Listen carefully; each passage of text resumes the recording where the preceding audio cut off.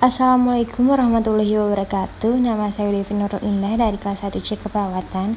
Saya di sini akan menjelaskan tentang kerangka tulisan dan jenis-jenis tulisan.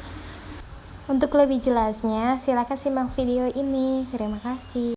Kerangka tulisan, suatu rencana kerja yang mengandung ketentuan-ketentuan tentang bagaimana penulis menyusun tulisannya.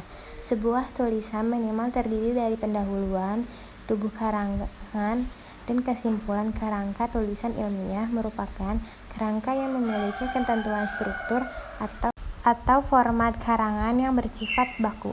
Oke, selanjutnya.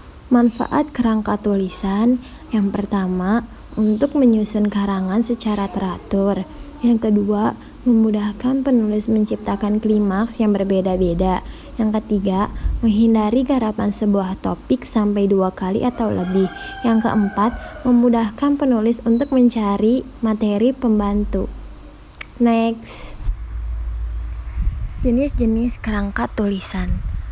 Karangan narasi. Karangan narasi adalah karangan yang menyajikan serangkaian peristiwa yang biasanya disusun menurut urutan waktu.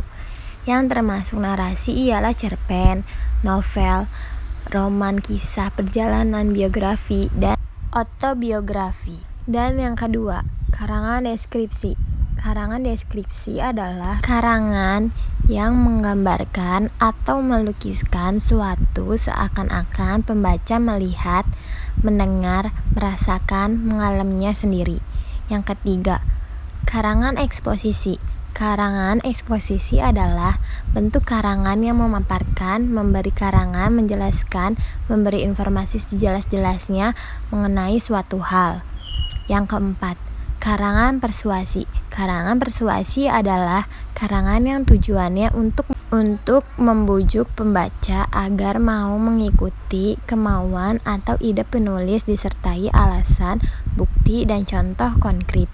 Yang kelima, karangan argumentasi. Karangan argumentasi adalah karangan yang isinya bertujuan meyakinkan atau mempengaruhi pembaca terhadap suatu masalah dengan mengemukakan alasan, bukti, dan contoh nyata. Next.